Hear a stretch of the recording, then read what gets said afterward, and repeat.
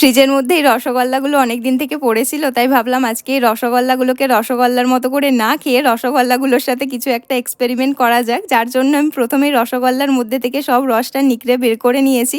এরপর নিয়েছিলাম 1 লিটার দুধটা ফুটে যাওয়ার পর কমতে কমতে যখন অর্ধেক হয়ে গেছে তখন ওর মধ্যে দিয়েছি চিনি আর কেশর।